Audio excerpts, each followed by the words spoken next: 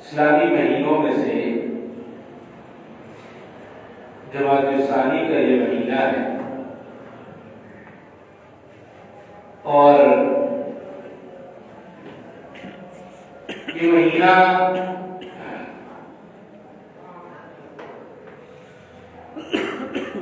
نبی آخر الزمان حضرت محمد مصطفیٰ صلی اللہ علیہ وسلم کے سب سے پہلے اور سب سے عظیم جانثار صحابی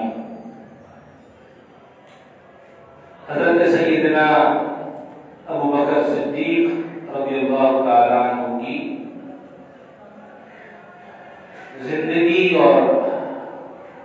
آپ کی ذات سے متعلق ہے، اس لیے کہ اسی مہینے کی 22 تاریخ کو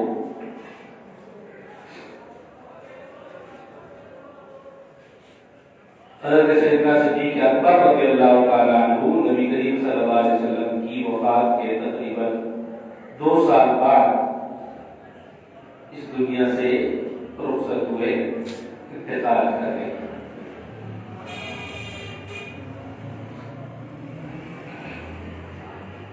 دنیا جانتی ہے، آپ کو بھی پتا ہے، سب لوگ جانتے ہیں، لیکن ہمیں اپنے اکابر اور اسلاف کے تذکروں کے اندر جو سکون ملتا ہے، جو اطمینان ملتا ہے، جو تسلی ملتی ہے، جو دل کو راحت ملتی ہے، وہ کسی اور سے نہیں ملتی۔ اور جب بات کی جاتی ہے اکابر اور اسلاف کی، بڑوں کی، اپنے پچھلوں کی، تو اپنے بڑوں میں، پچھلوں میں، اکابر میں، اسلاف میں، ائمہ میں، خلفاء میں، بلکہ بعد انبیاء افضلیت میں اگر کوئی نام سامنے آتا ہے تو وہ نام ہے جناب سیدنا ابو بکر صدیق عبداللہ ابن ابی قحافہ رضی اللہ تعالیٰ۔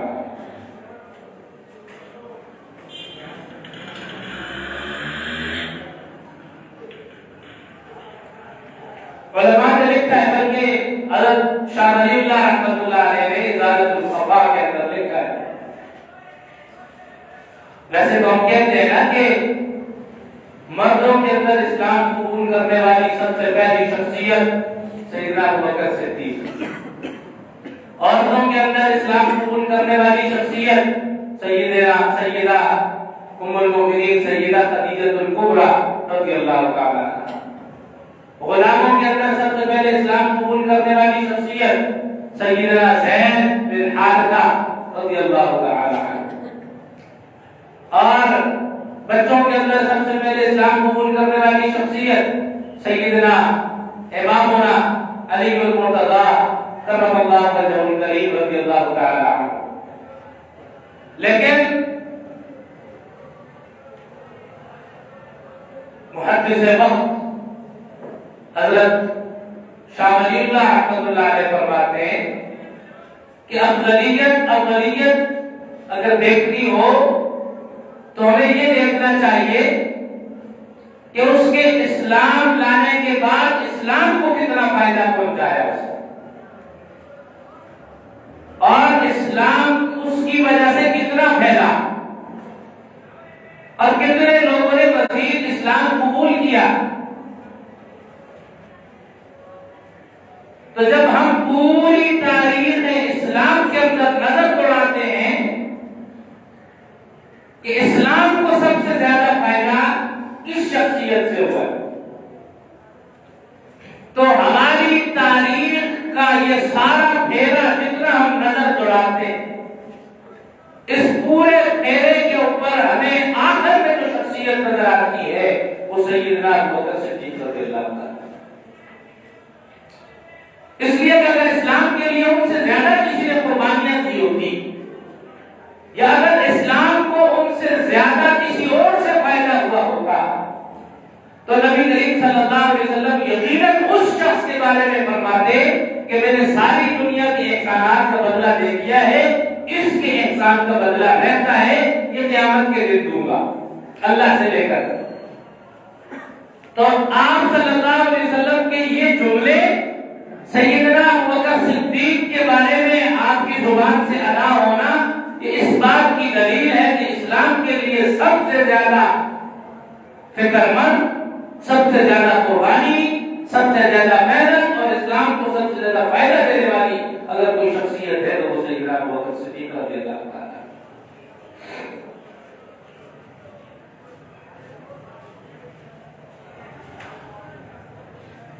حضرت مولانا عبدالشکور فاروقی لکھنوی رحمۃ اللہ علیہ ان کی کتاب ہے سیرت خلفائے راشدین۔ ہم نے تو سنا ہے کہ اسلام کی سب سے پہلی مسجد کون سی ہے جی مسجد قباء۔ اسلام کی سب سے پہلی مسجد مسجد قباء، یہ آپ نے سنا ہے، اور کچھ حقیقت بھی یہی ہے، اس لیے کہ نبی کریم صلی اللہ علیہ وسلم نے ہجرت کے بعد سب سے پہلے اسی جگہ پر مسجد تعمیر کروائی، وہی قیام کروایا۔ لیکن اگر ہم نبی کریم صلی اللہ علیہ وسلم کا مکی دور بھی دیکھیں کہ وہاں بھی تو اسلام تھا نا، اسلام تو وہاں بھی تھا، تو ہمیں یہ نظر آتا ہے کہ اسلام کی سب سے پہلی مسجد سیدنا ابوبکر صدیق رضی اللہ تعالیٰ نے تعمیر کروائی، جو مکہ کے اندر اپنے گھر کے ساتھ بنائی، اور روایات کے اندر آتا ہے کہ وہاں بیٹھ کر وہ قرآن کی تلاوت کیا کرتے تھے۔ نبی کریم صلی اللہ علیہ وسلم کے بعد مکہ کے اندر اتنا بڑا مجمع اگر کسی کی تلاوت سننے کے لیے، کسی کو دیکھنے کے لیے لگتا تھا تو وہ سیدنا ابوبکر صدیق رضی اللہ تعالیٰ۔ اور آج بھی وہاں پر مسجد موجود ہے، اب بھی مکہ کے اندر۔ آپ یہ باب فہد بن ملک سے باہر نکلے سامنے تو شرکا مکہ ہے، شرکا مکہ، ایک تو وہ کلام ٹاور ہے گھڑی والا، ایک اس کے ساتھ اس کی طرف رخ کرے تو دائیں ہاتھ پر شرکا مکہ ہے، وہاں پر مسجد اب بھی تعمیر ہے، مسجد ابوبکر صدیق رضی اللہ تعالیٰ، اس مسجد کا نام ہے مسجد ابی بکر صدیق رضی اللہ تعالیٰ۔ سبز قالینیں اس کے اندر بچھائی گئی، تو وہاں پر سیدنا صدیق اکبر رضی اللہ تعالیٰ عنہ کا گھر تھا، اور گھر کے پاس ہی حضرت ابوبکر صدیق نے مسجد تعمیر کی ہوئی تھی، بنائی ہوئی تھی چھوٹی سی، اور اس کے اندر اکیلے بیٹھ کر قرآن مجید کی تلاوت کیا کرتے تھے، اور آواز اتنی خوبصورت تھی کہ پورا مکہ آپ کی تلاوت سننے کے لیے جمع ہو جایا کرتا تھا، بڑا مجمع لگ جایا کرتا تھا آپ کی تلاوت سننے کے لیے۔ تو ویسے تو نہیں نبی کریم صلی اللہ علیہ وسلم نے فرمایا کہ میں نے ہر کام کے اندر پہل کرنے والا اگر کوئی دیکھا ہے تو وہ صدیق اکبر کو دیکھا ہے، ہر کام کے اندر، حتیٰ کہ مکے کے معزز ترین خاندانوں میں سے آپ کا شمار کیا جاتا ہے، شرفاء میں آپ کا نام آتا تھا، لیکن قربان جاؤں مسلمانوں کی تعداد ابھی 100 نہیں ہوئی۔ نبی کریم صلی اللہ علیہ وسلم نے فرمایا ہجرت کرنی ہے اور حبشہ کی طرف جانا ہے، حبشہ کی طرف ہجرت کر دی ہے۔ سیدنا صدیق اکبر نے اپنی گٹھڑی باندھی اور اٹھا کر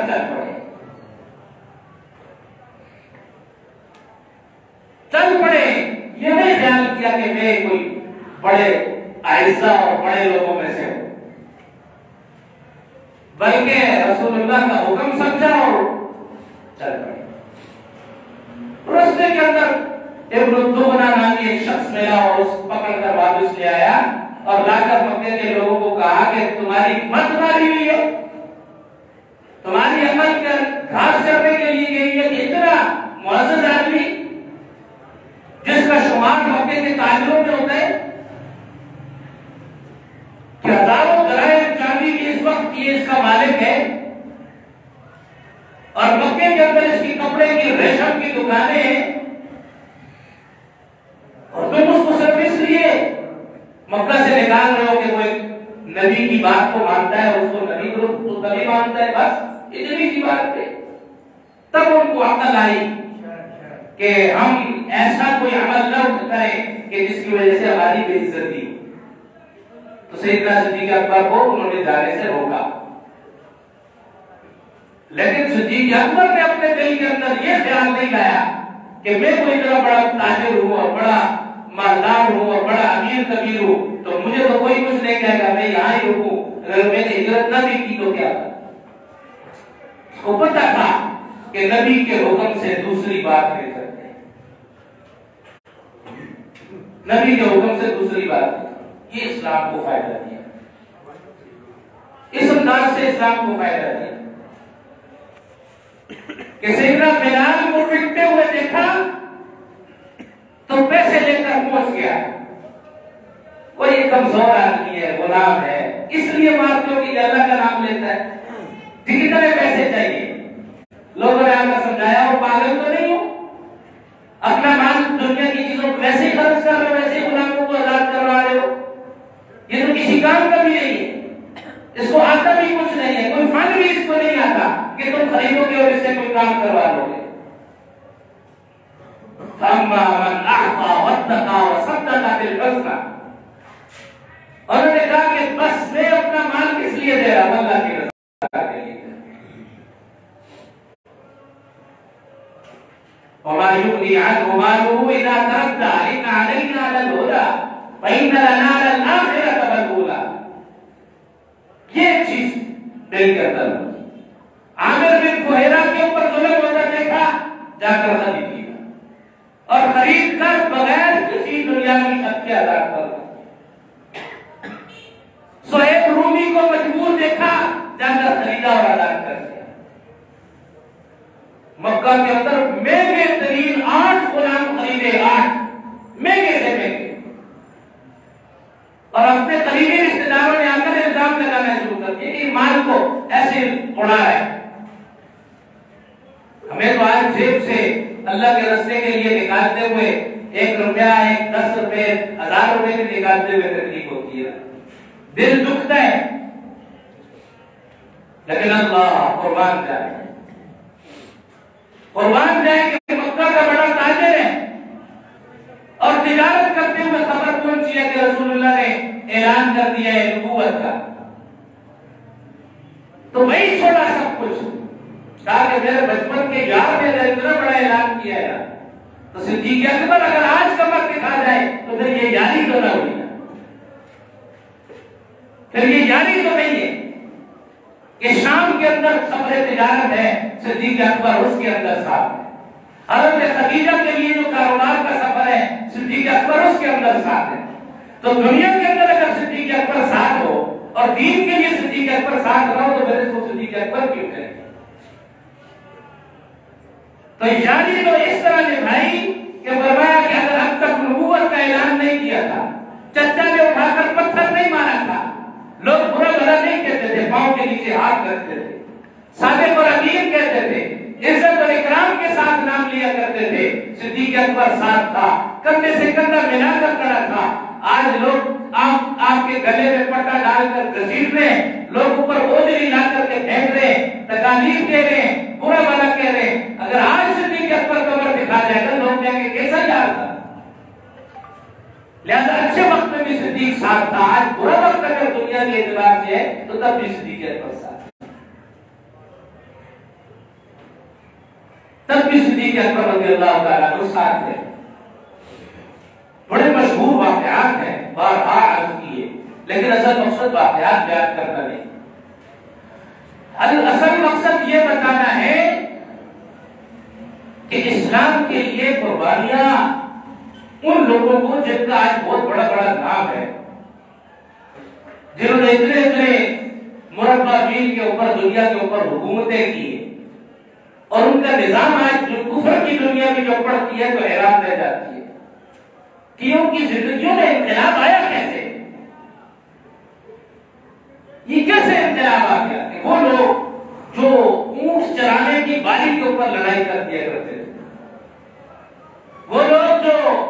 جانوروں کو پانی پلانے کی وجہ سے لڑ پڑا کرتے تھے، ان کے اندر یہ قربانی کیسے ہوئی کہ اپنی بیوی کو طلاق دینے کے لیے تیار ہے کہ میرا مسلمان بھائی اس کے ساتھ نکاح کر لے؟ یہ کیسے، یہ انقلاب کیسے رونما؟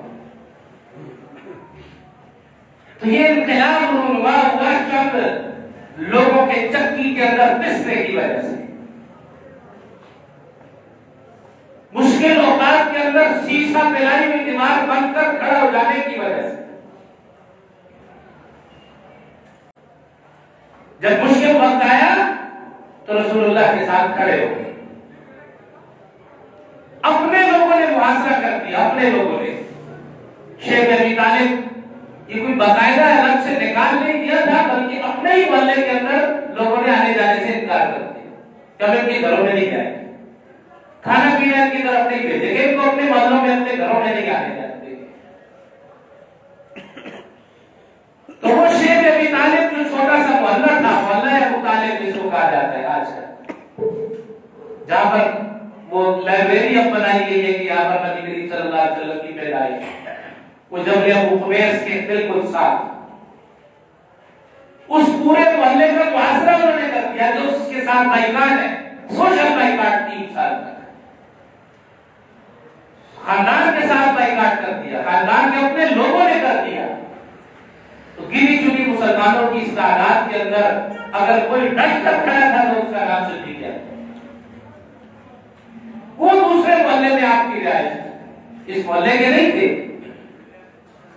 وہ دوسرے بڑھ کے محلے میں آپ کی رہائش، وہ مسلمہ کے اندر شرکا مکہ جہاں میں اب کہہ رہا ہوں وہاں آپ کی رہائش۔ لیکن نبی کریم صلی اللہ علیہ وسلم کے ساتھ یارانہ ایسا تھا، فرمایا کہ اگر میرا یار محصور ہے تو صدیق اکبر بھی محصور ہو جائے گا، اور اپنا مال ان مشکل ایام کے اندر اسلام کے لیے قربان کیا، اسلام کے لیے قربان کر دیا کہ مکے کے اندر وہ ریشم کی 8 دکانیں صدیق اکبر کی اسلام کے نام پر قربان ہو گئی، صدیق اکبر کی دکانیں اسلام کے نام پر قربان ہو گئی، اور سب کچھ لوٹا دیا۔ آخر ایسا وقت بھی آیا کہ مسلمان سوکھے پتے کھانے پر مجبور ہو گئے، کچھ بھی نہیں، ختم ہو گیا سب کچھ، لیکن پیٹ پھیر کر نہیں باقی۔ پھر انقلاب آیا کرتے ہیں اس انداز کہ مشکل ترین وقت کے اندر اللہ کے نام پر رسول اللہ صلی اللہ علیہ وسلم کے ساتھ کھڑے ہونے والی شخصیات جب ڈٹ کر کھڑی رہی تو اللہ تعالیٰ نے دنیا کے اندر انقلاب برپا کر دیا۔ بار بار آتے ہیں رسول اللہ کے پاس، یا رسول اللہ اجازت ہو، سارے ہجرت کر رہے ہیں، لیکن ہجرت کر دی، سب ہجرت کر کے جا رہے۔ آپ نے حکم دے دیا کہ اس وقت کا سب سے افضل عمل ہجرت ہے، لہذا مسلمان جا رہے بے گھر پہ جا رہے۔ تو نبی اسلام نے فرمایا صدیق اکبر آپ کے لیے ابھی تک اجازت نہیں آئی، آپ انتظار کرو۔ سیدنا ابوبکر صدیق سمجھ گئے کہ میرے لیے کوئی خاص حکم آئے گا، جا کر اپنے غلام کو، اپنے گھر والوں کو کہا، پیسے جمع کیے، 2 اونٹنیاں خریدی، اور غلام کو کہا کہ ان کو اچھے طریقے سے پالنا ہے، ان کی خدمت ایسے کرنی ہے کہ ہمیں ایک پریشانی نہ آئے، اور ہر وقت گھر کے دروازے کے اوپر نظر لگا کر بیٹھے رہے کہ کس وقت رسول اللہ کا حکم نامہ آئے گا اور میں اٹھ کر چلا جاؤں، اور ہر وقت ہجرت کے لیے تیار، ہر وقت۔ آپ اندازہ لگائیں کہ آپ اور میں اگر اپنے گھر سے ہمیں جانا پڑے ہمیشہ ہمیشہ کے لیے، اور ایسی جگہ جہاں ساتھ بیت اللہ ہو، جس کے لیے ابراہیم علیہ السلام نے دعا کی ہو، ربنا وبعث فیہم رسولا منہم، اس جگہ کے لیے یا اللہ اس کو امن کا گہوارہ بنا، یا رسول بھیج، ربنا تقبل منا انک انت السمیع العلیم۔ اتنی دعائیں ایک نبی نے جس جگہ کے لیے کی ہوں اور اس کو چھوڑ کر جانا ہو، اور اس کے لیے ہر وقت انتظار ہو۔ آج ہم یہاں سے جب جاتے ہیں وہاں تو واپسی پر نکلنے کو جی نہیں چاہتا، اگر انسان کے بس میں ہو تو انسان ساری زندگی اس سے لپٹ جائے بیت اللہ سے. یہ اللہ نہیں جانا چاہتے یہاں سے، لیکن آنا ہے. ہماری حالت یہ ہوتی ہے، اور وہ ایمان کے اولین جن کے دلوں کے امتحان اللہ نے لیے ہوئے تھے. اولئک الذین امتحن اللہ قلوبهم بالتقوی، ان کے دلوں کے اندر تقوی کا امتحان اللہ نے لینا تھا. ان کے دلوں کی حالت اور کیفیت کیا ہو، تو ہر وقت تیار ہے.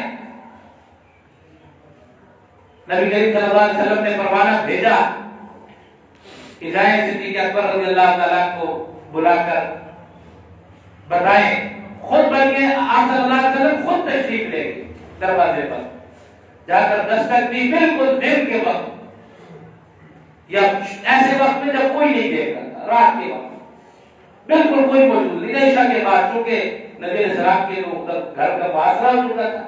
آپ علیہ السلام کو نعوذ باللہ وہ شہید کرنا چاہتے تھے، تو آپ علیہ السلام نے وہاں سے اللہ تعالیٰ کے حکم سے اللہ نے ان کو نابینا کر دیا. نکل آئے نبی کریم صلی اللہ علیہ وسلم اور صدیق اکبر رضی اللہ تعالیٰ کا دروازہ کھٹکھٹایا. آپ رضی اللہ تعالیٰ فوری طور پر باہر تشریف لائے اور حیران رہ گئے. فرمایا رسول اللہ حکم کیا ہوتا تو میں چل کر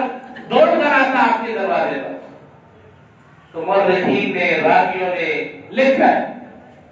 انہوں نے کہا کہ نبی کریم صلی اللہ علیہ وسلم نے گویا زبان حال سے ان کو یہ کہا کہ صدیق اکبر بھی آیا نہیں، مجھے اللہ نے خود تمہارے دروازے پر بھیجا. میں خود نہیں آیا اپنی مرضی سے، اللہ کا حکم مجھے لے کر آپ کے دروازے پر آئے اور اسی وقت تیاری کرو، فوراً چلنا ہے. اللہ، گھر میں 2 جوان بیٹیاں، حضرت اسماء بنت ابی بکر اور بچی کی ابھی حضرت عائشہ رضی اللہ تعالیٰ عنہ، جن کی عمر ابھی 6-7 برس کی تقریباً. چھوڑ کر ان کو فرمایا میرے یار کا حکم مل گیا، اب صدیق اکبر مکہ کے اندر نہیں ہے. چل پڑے اور ایسے راستے کی طرف چل پڑے جو بہت پرخطر تھا.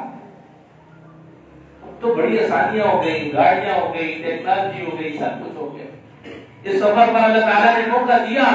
اس غار ثور پر جانے کا، اب تو راستے بھی بن گئے، سب کچھ ہو گیا. اکیلے اس جوانی کے اندر اکیلے وہاں جانے پر کم از کم 1.5 سے 2 گھنٹے کا سفر ہے.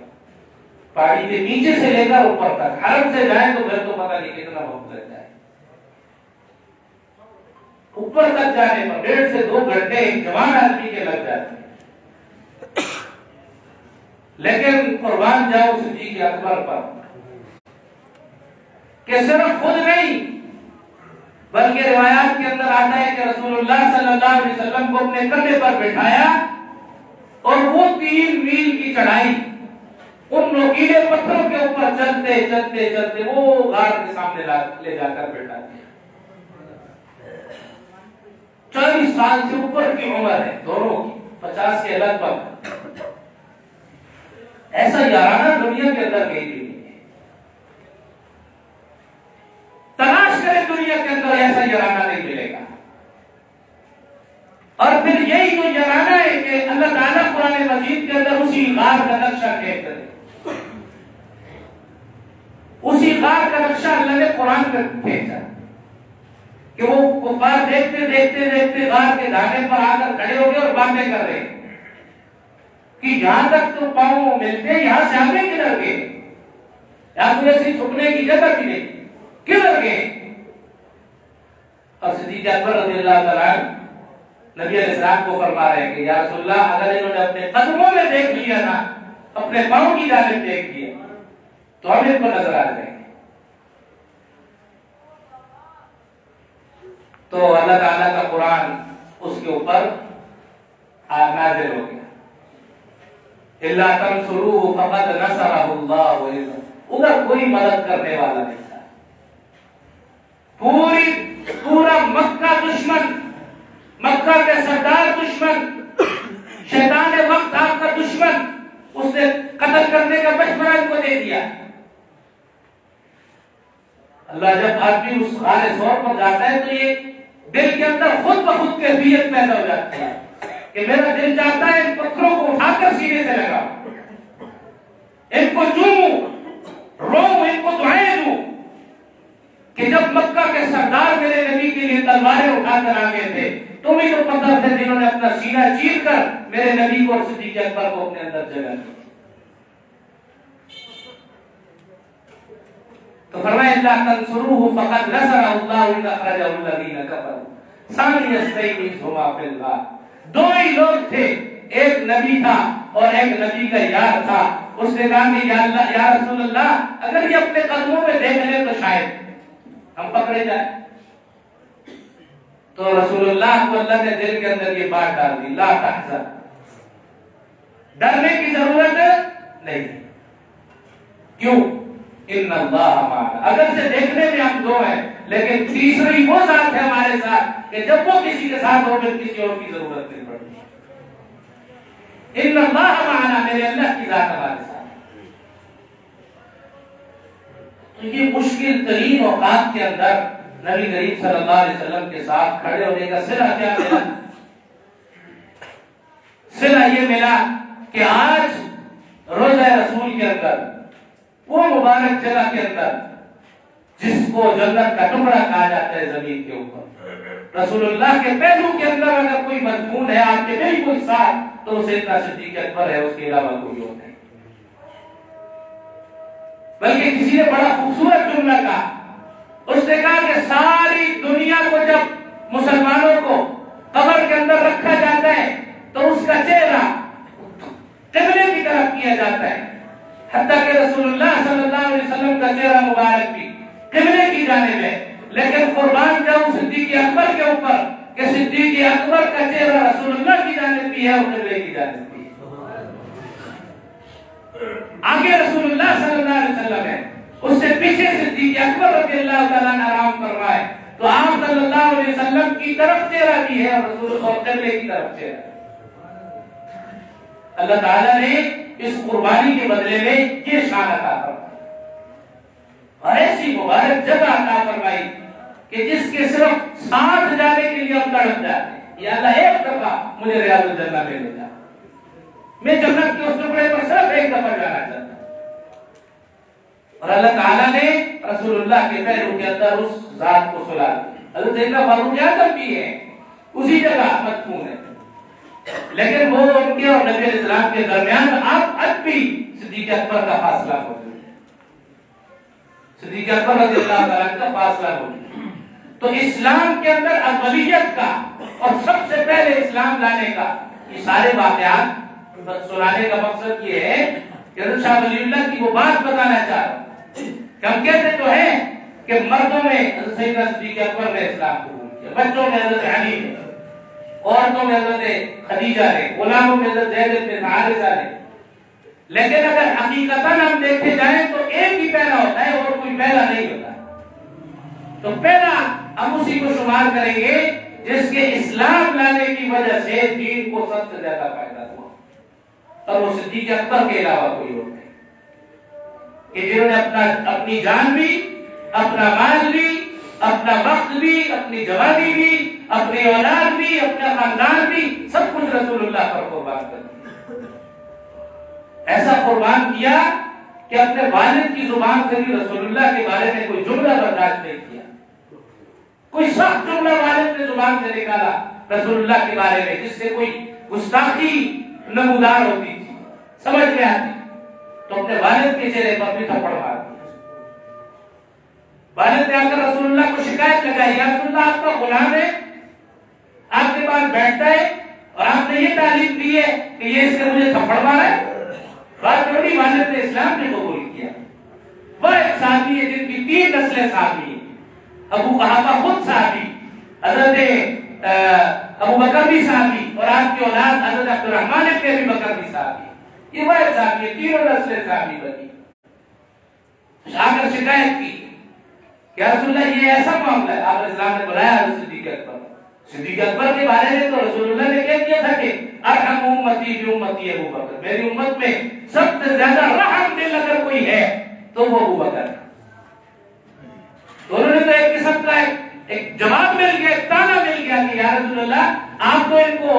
سخت نظر رحم دل کہتے ہیں، یہ کیسا رحم دل ہے جس نے باپ کو بھی در پر مارا؟ تو سیدنا صدیق اکبر سے جواب طلب کرنے کے لیے بلایا، پوچھا بتاؤ یہ کیا کیا ہے؟ فرمایا یا رسول اللہ یہ تو میرے پاس تھا کچھ نہیں، میں نے تھپڑ مارا، لو کان سیفا منی قریبا لضربت عنقه، اگر میرے پاس تلوار ہوتی میں گردن اتار دیتا، میرے سامنے رسول اللہ کی توہین کرے، میرا باپ ہو یا بیٹا ہو، میں برداشت نہیں کر سکتا۔ اللہ تعالیٰ سمجھ کی توفیق۔